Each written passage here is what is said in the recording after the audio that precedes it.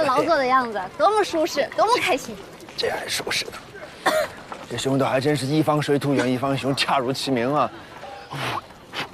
龙王没有骗我，仙元剑果然就在这里。仙子怎么知道的？仙元剑乃祖屋后人所造，传说中千年前神魔大战以后，仙元剑就由祖屋后人看守至今。祖屋后人？云霄仙子已被龙王困于岛中，只要我将这个消息告知天庭，天庭就能在熊岛周边布控，我便能够将功补过。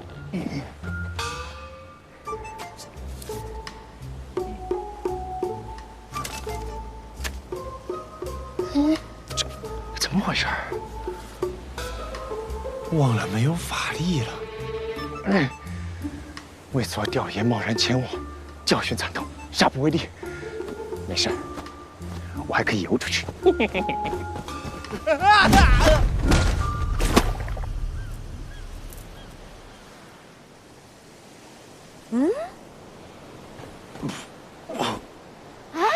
你咋在这儿？你为什么会在这儿啊？我每天都来这儿打鱼，你只要来海边就能碰到我。你也是来打鱼的？我是来摸鱼的。你不会是想走吧？这么幸福美好的地方，别走了吧？不走。这么好的地方怎么走？这地方不会是真的进得来出不去吧？温宫的气息到这里就消失了。不行，我一定要找到年宫。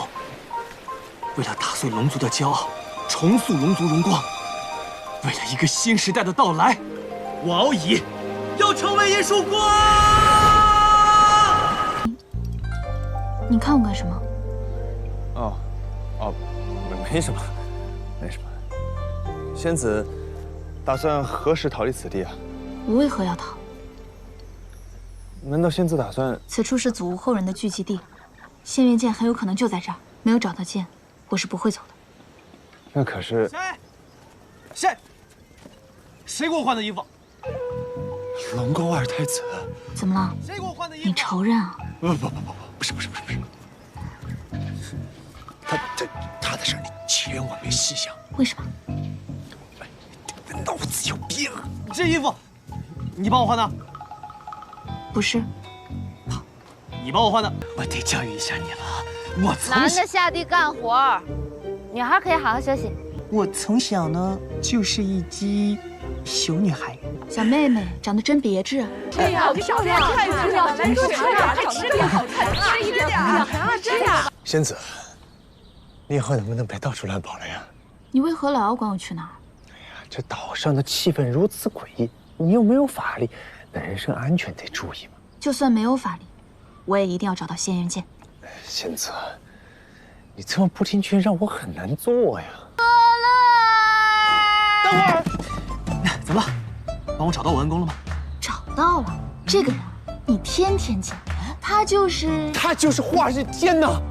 你想想，我们一共就4个晚上，吃的是你的，抛开你自己，我的身份你知道，还能是谁？华日天，没错。啊，有道理。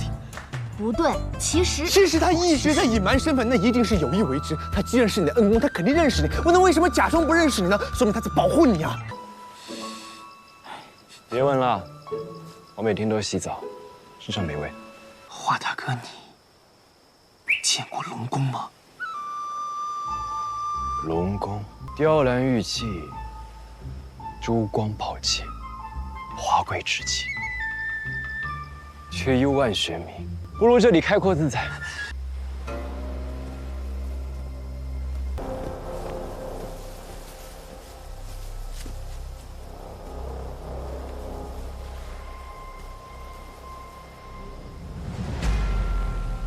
是仙子的教，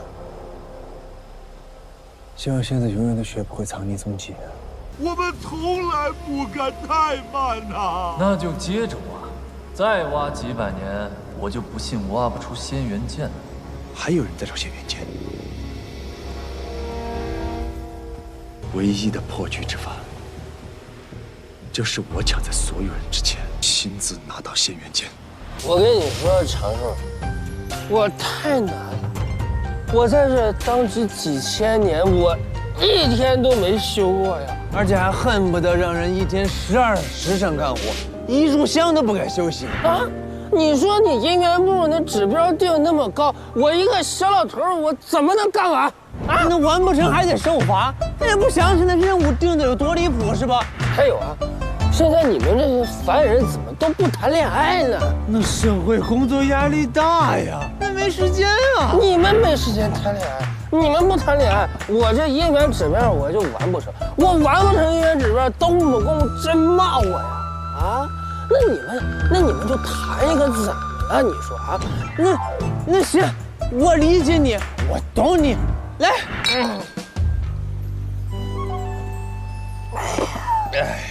不过话说回来，长寿，我来天庭几千年，第一次有人陪我喝喝酒、聊聊天什么的。月老，只要你想，我以后睡了觉就来梦里找你，陪你喝酒。你别总在梦里，你不行你就来天庭，你当个差，你来我这你任职呗，咱俩当面喝就喝。哎呀，月老，你又开玩笑，你那天庭如此高妙，那像我这种晚辈，不敢妄想，不敢妄想。高个屁高妙！天上地下你不都是干活吗？对不对？我跟你说，这天庭，他有些事儿他不是不能管，他是有的时候想管他管不了，为什么？缺人呢，他人少他管不过来，他就管不了。那晚辈就斗胆啊，问一嘴，你天庭到底想管什么？那他想管的多了去了。你比如说东木公最近就头疼一个人，你说说，你说，叫这个云霄仙子。云霄仙子，你认识啊？哎呀，我不认识，我怎么可能认识人家呢？就是，那云霄仙子是何许人也？岂是你一个人族小弟子能认识？是，那晚辈问一嘴，这云霄仙子是个什么来路啊？我要跟你讲一讲，云霄仙子到底是什么来路？这个云霄仙子，相传是世间第一朵云彩所化，先天准圣之体呀。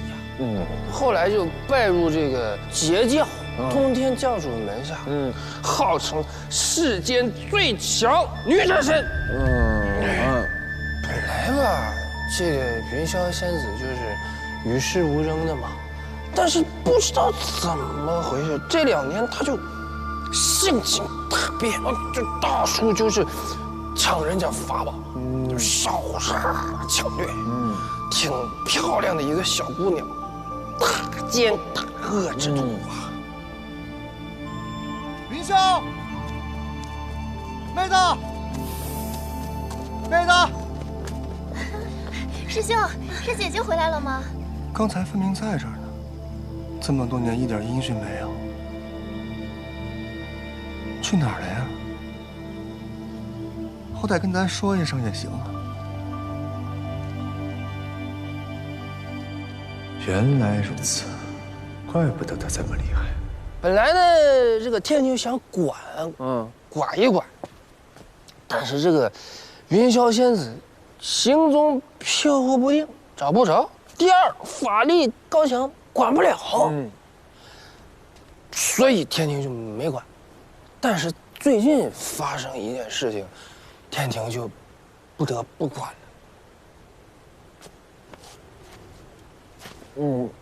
最近，云霄仙子一直在找这个定海神针的下落。定海神针，那不就金箍棒吗？什么棒？谁棒？你棒，听错了。这定海神针啊，你可能不知道，这东西就是盘古开天辟地之前它就有了，现在也没有人知道这定海神针它到底在哪儿。3界之内加在一起知道的不超过10个。他不应该在东海吗？你知道啊？哎，我猜的。你难道不知道呀？我怎么能知道？那你看我小老头像是3界之内排名前10的人物。你怎么不像了？你在我这儿像排名前3的都。长寿会说话。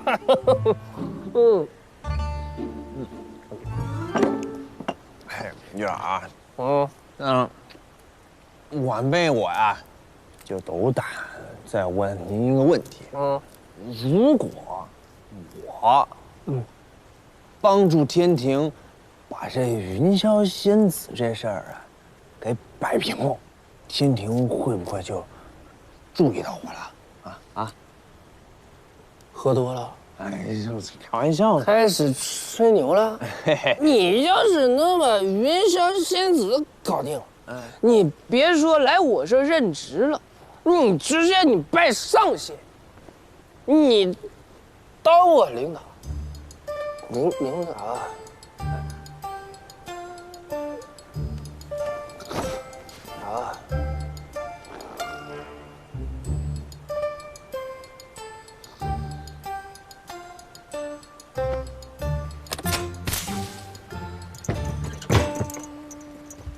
哎呀，总算这30年的功夫没有白费，前路一片光明。现在只需要前往东海，找到那定海神针，守护此宝，便可一步登天。这是劫云，这莫非是师傅的劫云？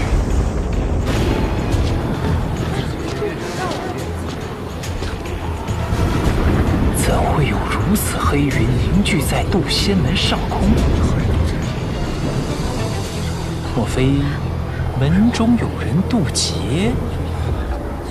来，师傅，这你都给整上啊！这儿都贴上。师兄，为什么不让师傅在小琼峰渡劫啊？这扫蛇峰是宗门主峰，外面有守御大阵，应势而发，或许能够摊薄雷击的冲击。好，来，师傅，来，师傅拉着。这个宁息丹你得吃下啊，还有这个玉虚散、龙骨汤、混元丸，张嘴。这个是避雷针，根据调查，坠雷魔对雷劫的削弱程度高达36%。宁息丹你得吃了啊！哎，快张嘴，师傅！哎，嚼，对。你们到底要对为师做什么啊？帮你渡劫啊！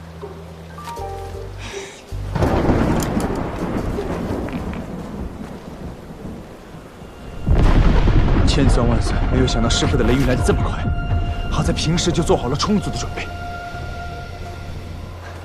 师傅，你放心，你身上借几件东西，保证5道雷劈不死你。对，我还给你准备了一个鸟笼。你们是师傅还是我是师傅？是。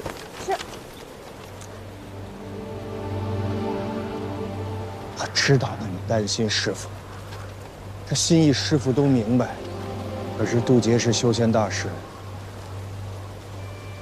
我必须用我的肉身扛过这道道的天雷，才能得到天道的认可，为师才能问心无愧地说一句：我是一个修道之人。可是师傅，我知道你们怕，师傅也怕。天雷一现，生死两害。师傅不怕渡劫失败，师傅是怕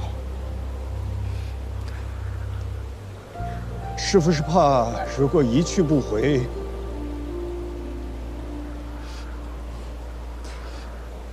你们这2个孤苦伶仃的小混蛋，以后该如何撑持？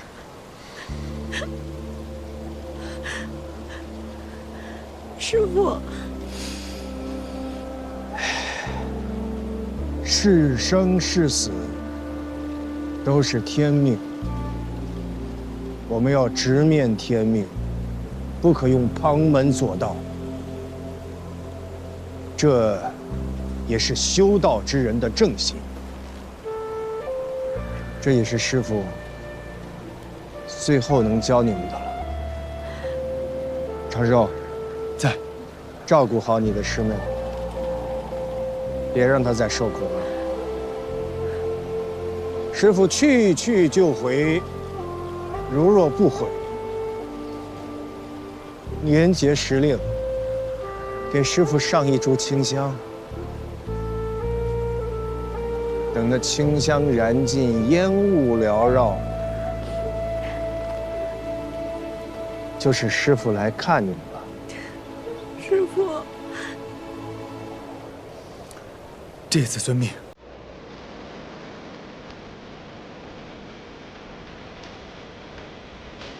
徒儿，你们看，没想到属于我的劫云竟如此恢宏！哈哈哈哈哈哈！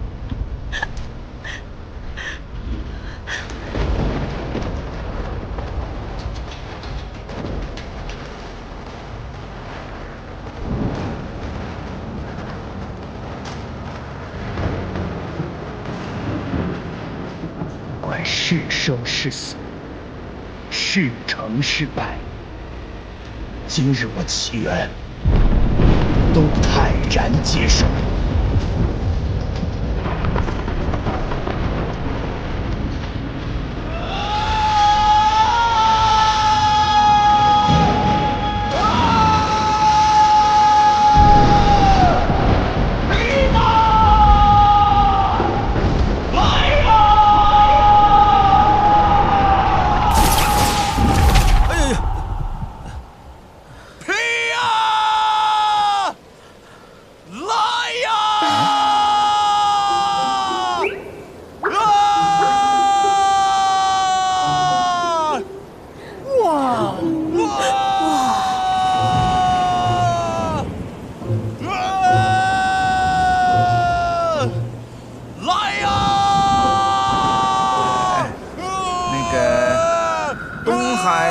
丞相传龙王谕旨，特来那个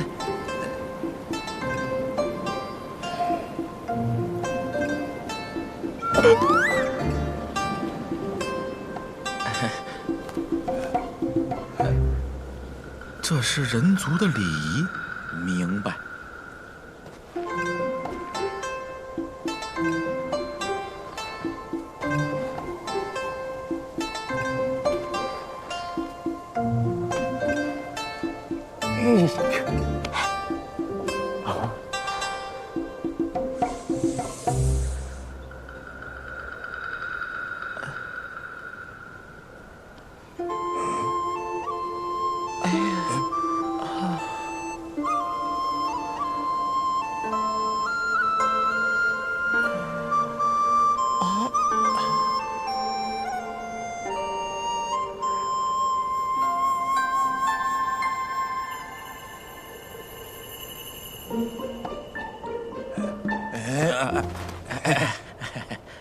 雪停了啊！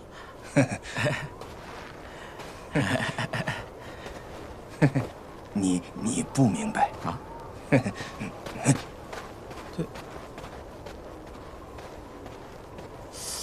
这许久未见，人族长得这么客气，整得老夫暖洋洋。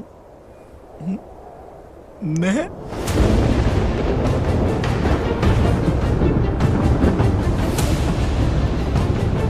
此处便是渡仙门了。这些都是什么东西？殿下，是人。原来这就是神。恭迎东海龙宫大殿下侯甲莅临渡仙门。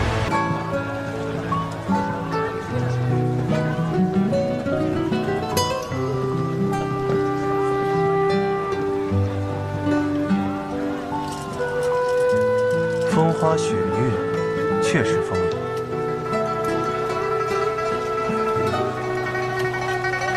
24桥明月夜，玉人何处教吹箫？此人身上的一扇一箫，说大有来头，乃是江南段家的至宝，应该是段家的少主吧？没错，他便是段家少主段宣义。他弟弟段宣衡，前2年进入雪月城学武。这一次，他应该是跟随他弟弟来参加这百花会的。看来段家这次对这个少主真是寄予厚望，年纪轻轻就把这扇子和长箫传给他。此人武功也不错，继承了段家的风雅之气。江湖上有不少女子对他倾心。风雅，我看是风流。谢兄，谢兄，多年以后再次见到他，感觉如何？他似乎变了很多。一个人从那么高的地方摔入深渊，如何能不变呢？可有些人，不管经历了多少事，经历了多少岁月，都不会变的。你说的是什么样的人？比如，当年我第一次见到他的时候，就觉得他就是这样的人。哦，对了，长风兄，怎么不见令爱呢？别提了，那个野丫头啊，只对舞刀弄枪感兴趣，不提她了。谢兄，你这次来百花会还满意吗？的确是难得的盛景啊，只可惜有美景没有美人，却是遗憾了。秀士3000，诗文满墙，这没有美人，这佳酿也变得无味了。今天来了这么多的世家子弟，难道就没有一个入得了谢兄法眼的吗？能称得上美人的人，这世间可不多见呀。就像这雪月城虽大，我也只见过2个美人。第一个喜赌，第2个脾气特别大，而且他们都不来百花会。谢兄，你这句话当着他们的面去说吧。那可不敢啊。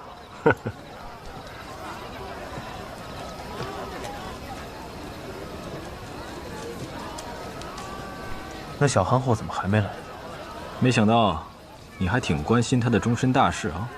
我也挺关心大师兄的终身大事，也不知道那天女蕊最近给你写信了没？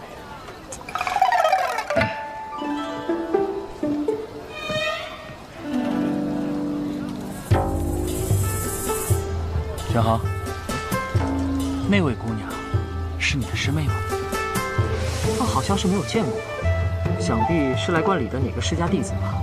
哦，美人之怒，瞬间倾城。是他，他的师傅你也认识，齐天辰，钦天监见证。她是叶萧英的女儿，你们之前应该见过面。原来是他。待为兄先去略上一阵。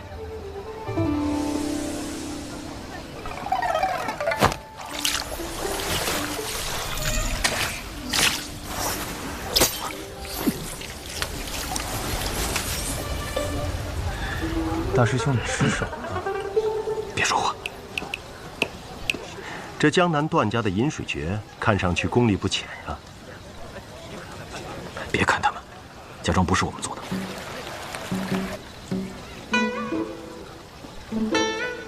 本来也不是我做的。你们家的大弟子，我看是低估别人了。我们家的这位大弟子啊，以前总是一副苦大仇深的样子。前阵子出去了几个月，回来之后呢，倒是有了几分人味儿。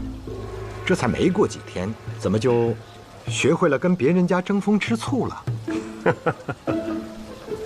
这俩人谁啊？一个是大师兄唐莲，另一个是3师尊新收的弟子萧瑟。唐莲，倒是听到这个名字很久了。兄长，切莫冲动。是强者才有一战的意义。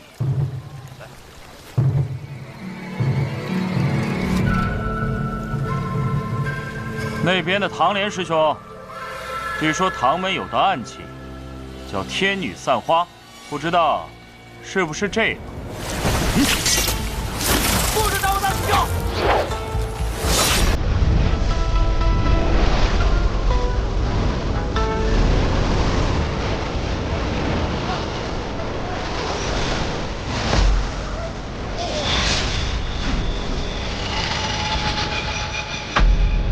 真是，有什么样的师傅就有什么样的徒弟。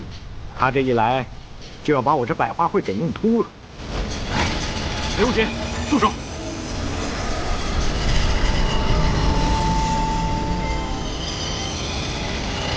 这江南段家虽然比不上唐门雷家堡，但也算得上是一个大世家了。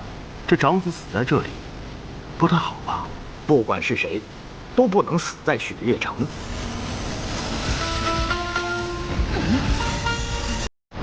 控制不住这股剑气了！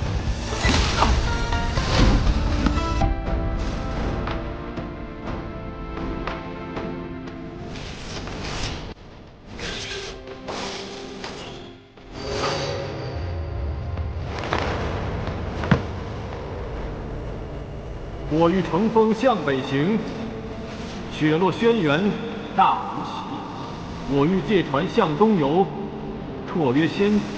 迎风逆，我欲踏云千万里，庙堂龙吟奈我何？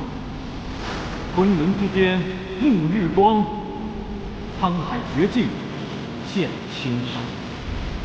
长风万里雁归来，不见天涯人不回。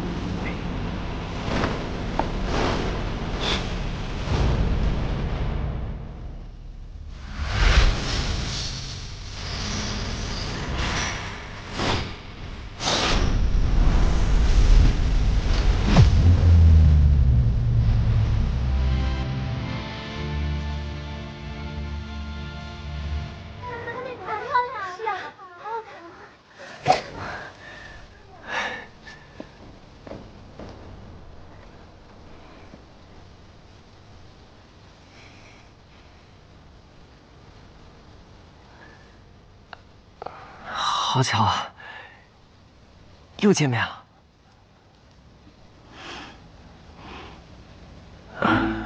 虽然我不懂其中之事，不过这样的开场白，是不是略显得有点烂？烂到令人发指。是啊，又见面了。有美人兮，见之不忘；一日不见兮，思之如狂。哟。 有故人要来了，谢兄，还不快跑！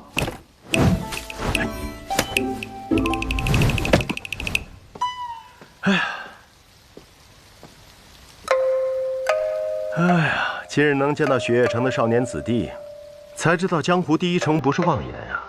就此别过，就送你们几本书吧。哎，这个送你。这是若一剑舞。 虽然是好武，但是杀伐之气太重了，你身体不好，不可常舞。此舞如惊鸿，所舞之时，就像鸿雁在高空翱翔一样，重柔美，少杀伐。多谢先生。喏，这个送你。前辈，这是什么呀？晚来雪。这个是江南才女谢飞轩所著，哦，情之动人，据说连宫里的娘娘都看哭了。啊？ 你学学里面的主人公，下次见面的时候，可别再说这么尴尬的话语了啊！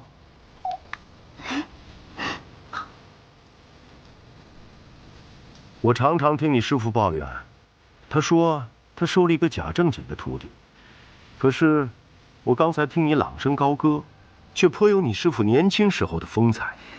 这本书给你，你师父年轻的时候也喜欢看。 我只学习了师傅的武功，没有学习他的酿酒术啊。这期间的滋味啊，你自己去品吧。谢谢先生。你应该不希望我唤你那个名字吧？但是你我终究也算是故人了。谢轩先生，看你现在慵懒的样子，我都快想不起来那个在学堂中肆意妄为的少年郎了。外表可以骗人，但是琴声骗不了。心中义气，琴声尽显，我很欣慰。我不明白先生的意思。你不必明白，我只是很高兴，我没有看错。这本书送给你，这是我自己写的，但是名字还没有想好。你如果看过之后想到更好的名字，你就自己写上吧。长风兄，有的人这辈子都不会改变的。多谢谢兄了。好了，我要走了。我才刚来，你就要走？就真的这么怕我？相见不如不见，不见如相见，眼虽不见，心已见。死书生，凶女人！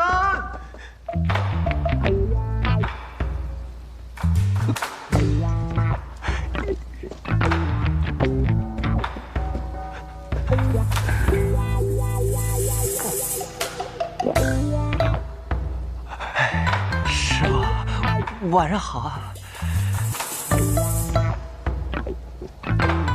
刚刚我在苍山上，忽然望见此处有一道剑气，这一剑不错。师傅，你夸我呢？但是，是谁允许你下山的？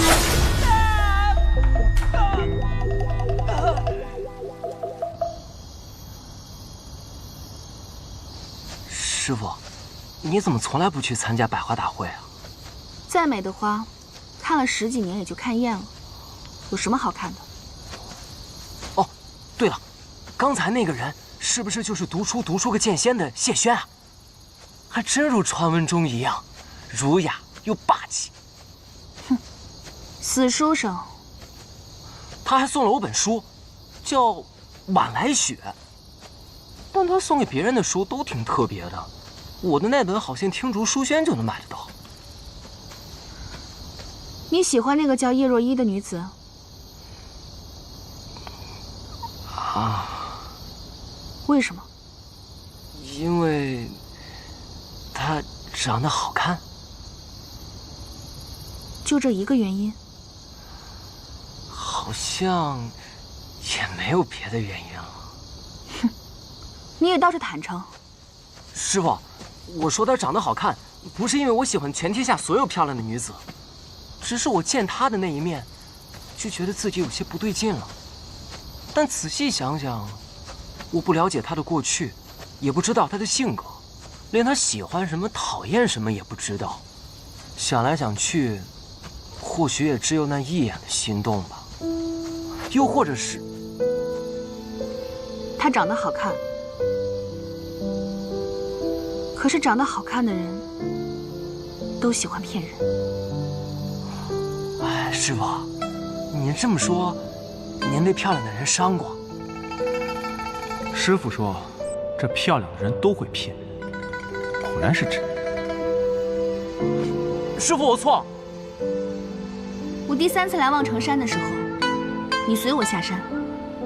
啊？那我便1年后再来。哎。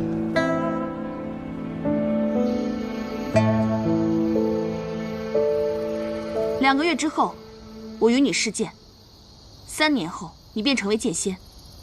这是我们之间的约定。什么时候有这样的约定了？哎，师傅，你等等我呀！谢轩先生是你找来的？是的，我把你的事情告诉了他。他说他最近正在修习一门武功，能够对你有益，我便把他邀请到雪月城，把这门武功传授给你。谢谢。你不用谢我。谢轩和你我的交情都很好，但是想要让他传授武功，仅凭这些交情是远远不够的。他的武功只教他让他觉得能够配得上他的人。你刚刚抚琴的时候，他才做出了这个决定。看来此书真的有奇效，3言2语，你便看出了一些门道。真切流转，万法通行。谢轩先生给此功法命名为流转。看来谢轩没有骗我，他说你照此功法修习3年，你的功力就可以慢慢恢复到从前的大半，再加上我的药理之术，就算胜过当年，也是指日可待。但是，你要切记一点。什么？虽然他在书上没有提到，可是以你的聪明才智，你很快就会发现，流转之术不但可以帮助你慢慢的恢复功力，还可以帮助你短暂恢复到最强的力量。但是如果你这样做了，便会前功尽弃，甚至还会有性命危险。短暂的恢复到鼎盛时期吗？3年的时间，其实并不长。确实，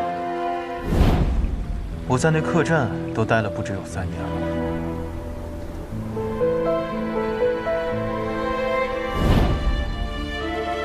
但是术法，术在先，还必须要有法。什么是法？法便是你的心，身体上的病可以医治，可是内心的呢？我知道那件事情对你伤害很大，但是我真的希望你能够坚强地走出来。阿爹，哎，钱罗。阿爹，怎么不等我回来，百花会便结束了？哎，你这个丫头哎，爹喊你的时候你不理爹，现在大家都走了，你又怪我们结束的太早。哎，你这个丫头！我听说如剑仙前辈也来了，还给每个人都带了本书当礼物。我的呢？你的，当然有了。啊，这是他让我转交给你的。哇！哎，这丫头啊，怪我传授给她的枪法太过刚猛，所以就缠着我要。阿爹。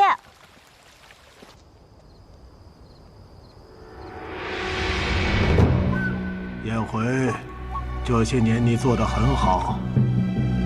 大长老，还请有话直说。这些年，无双城从没落到重新崛起，全靠燕回你的操持。你是中兴之才，但是无双城现在需要的却是一个开疆辟土之人。哦，一个野心勃勃的人。对。今日起，城里的大小事情，你就不用再操劳了，交给松涛负责吧。师兄，好久不见。这无双城城主的位置，我本来就没有多大的兴趣。但是，松涛，他没有这个资格。你说什么？松涛当年的武功便不如我。所以他才出走无双城。如今你们把他找回来，不过是因为他更容易控制，更愿意听你们的命令行事罢了。燕回，你逾矩了。我这个城主可以不做，但我要推荐一个人，我该有这个权利吧？当然。就这小子吗？就你这小毛孩也想当城主？先和我试下刀吧！确实是个小毛孩。无双，来了，师傅。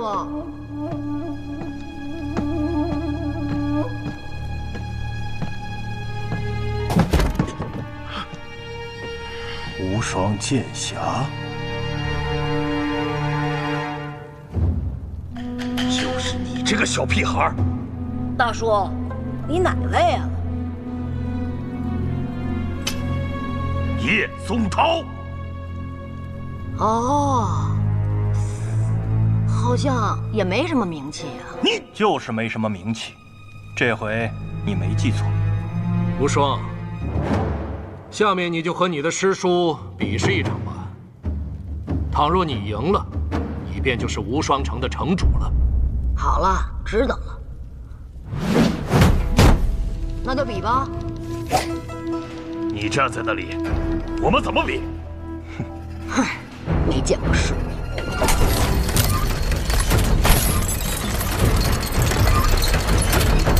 云霜、清霜、风香、绕指柔、日如意，陪这个大叔好好玩玩。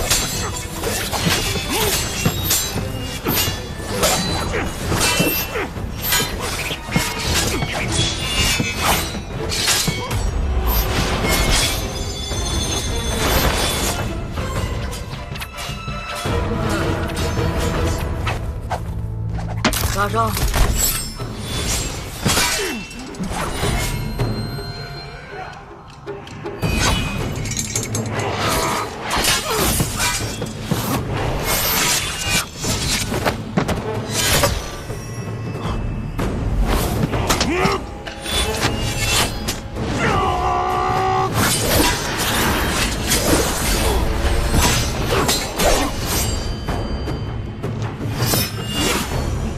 你的刀叫断破，我的这柄飞剑叫杀生，也算是你来我往了。是断魂，不是断破。哦，是叶松子的断魂刀。是叶松涛。想吃松子了。燕回，你有一个好徒弟，竟能同时控制6柄飞剑，这样的天资，无双城100年来也未曾见着了。但是，你剑指师门长辈，太不敬了。不敬？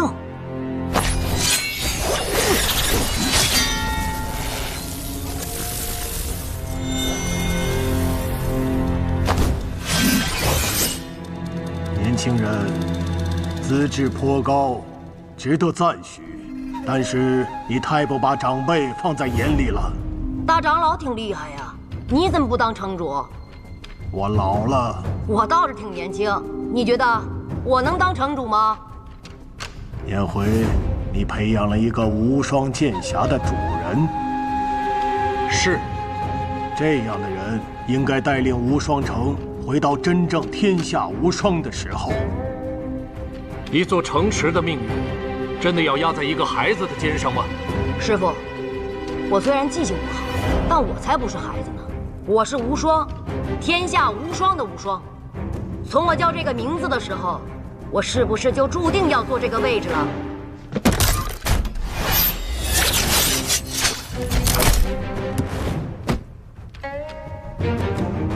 师傅，让个座。大胆！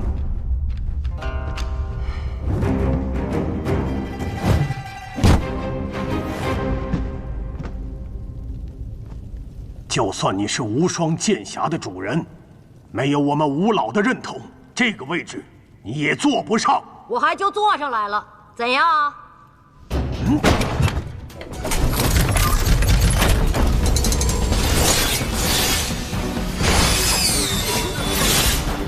大长老，你说这位置我能不能坐？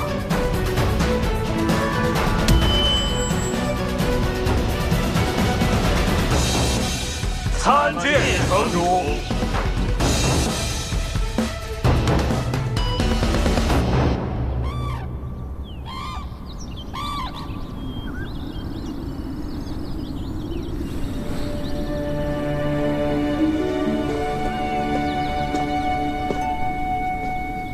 师傅，我来履约了。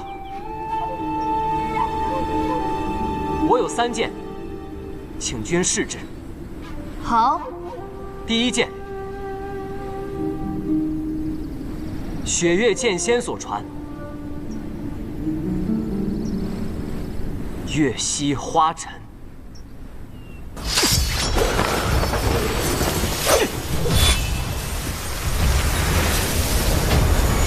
最后，明侯拼死杀了天泉老人，自己也受了重伤，被赶到的月姬救了。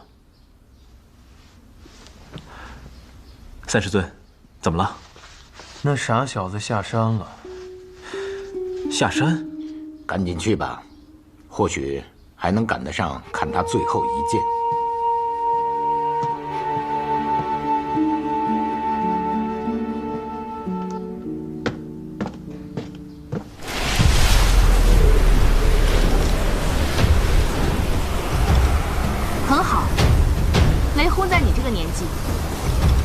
术不如你。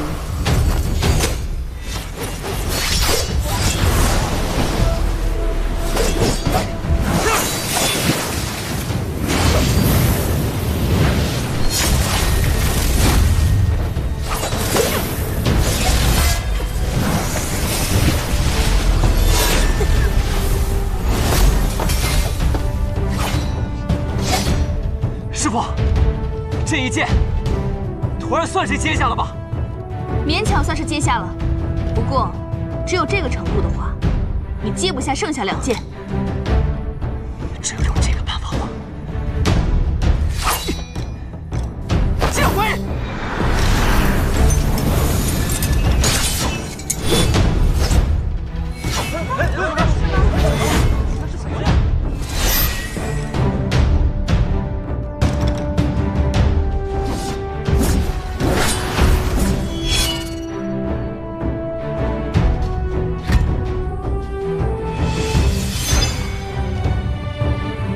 人剑相通，能到这个地步，你们的这个师弟啊，入自在地境了。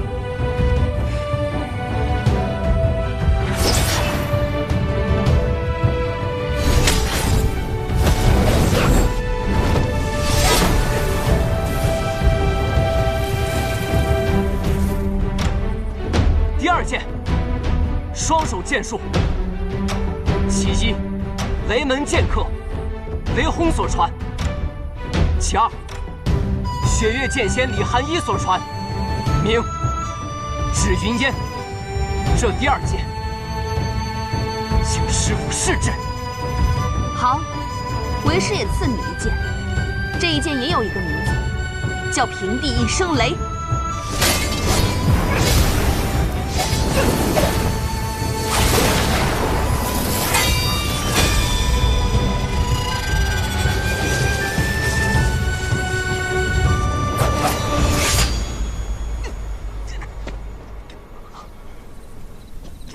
接得不错，不过你这双手剑，应该是原本准备的第3剑吧？要是没有更强的剑，那么今日的试剑就……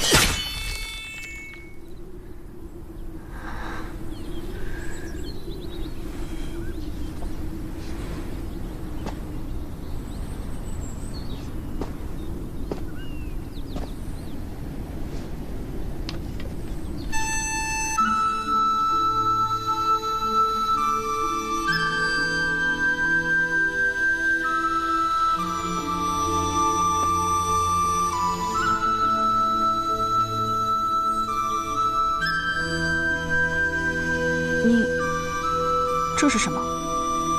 这就是我的第3剑，我姐姐所传。走，刺剑，你的右腿要弯一点，眼睛看前方。好。3才剑法，平刺，刺，扫，收回来。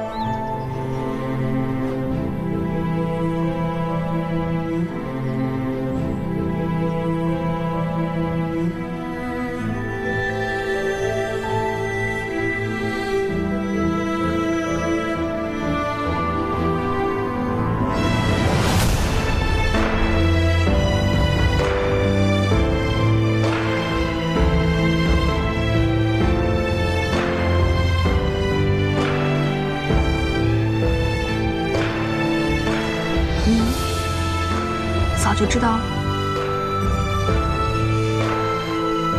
谢谢。还是那么爱哭。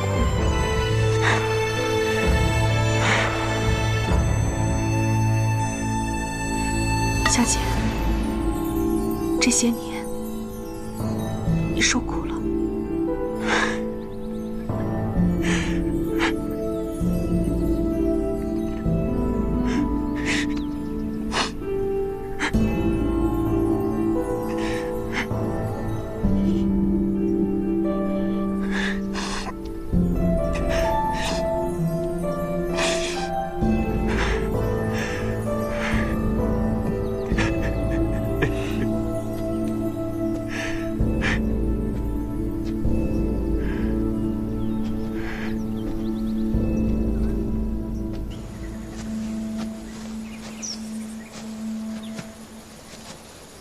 三师尊，这是怎么回事？刚才二师尊他……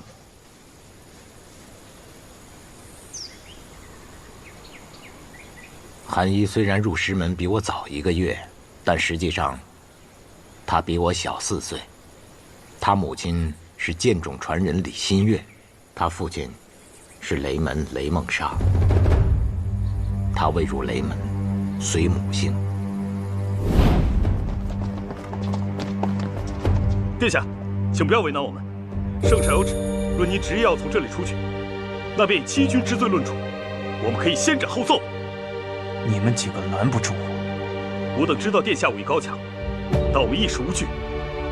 若您要出去，那便从我们的尸体上踏过去。那你们便来试试。殿下且慢。殿下，你身份特殊，那法场你不能去。新月姑姑，怎么连你也拦着我？不，此事便交给我了，由我去将王爷带回来。相信我。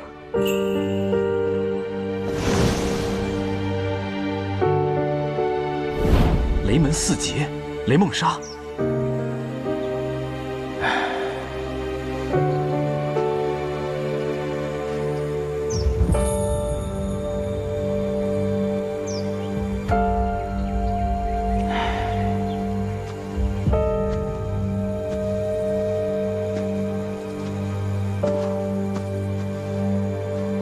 萧瑟，你发什么呆呢？有些事真的是宿命啊！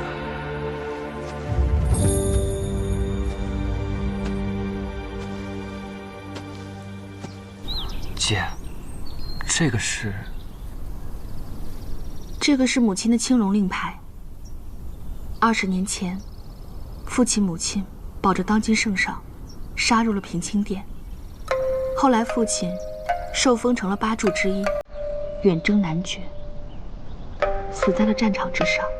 而母亲则和其他3位不愿做官的江湖人士，受封了这天启4守护的虚职。母亲列东方卫，代号青龙。青龙，听起来很强的样子。我曾经很讨厌这块令牌，因为我觉得就是这块令牌害死了母亲。可它终归是母亲的意。母亲的事，师父也不肯跟我细说，我都是从别人那儿听来的。但是我也不知道，母亲为什么要在我那么小的时候，把我独自一人丢在雷家堡里。那是因为母亲看惯了这天启城中的阴谋诡谲，她不希望你成长在这样的环境里。她希望你不如回到江湖之中，自由自在的成长，远离纷争。是这样的吗？又或者是，母亲可以提前就预料到那一天的到来。究竟发生了何事？母亲在位列天启4守护之后，一直尽心尽力保护皇城，直到那一年，震惊天下的琅琊王谋逆案爆发。琅琊王本是国之栋梁，多次帮助北离击退南绝的入侵，乃是世人敬仰的大英雄。可他突然就入狱了，罪名则是谋反。那他到底谋反了吗？没有人相信这是真的。可琅琊王自入狱之日开始，就保持缄默，他没有再说过一句话，没有认罪，也没有为自己辩驳。审讯他的天启7御史中，有3人认为他是无罪的，可第2日都被发现死于家中。这是明德陛下让他死，所以不需要理由，甚至不需要证据，只是他被问斩法场那一日。怎么了？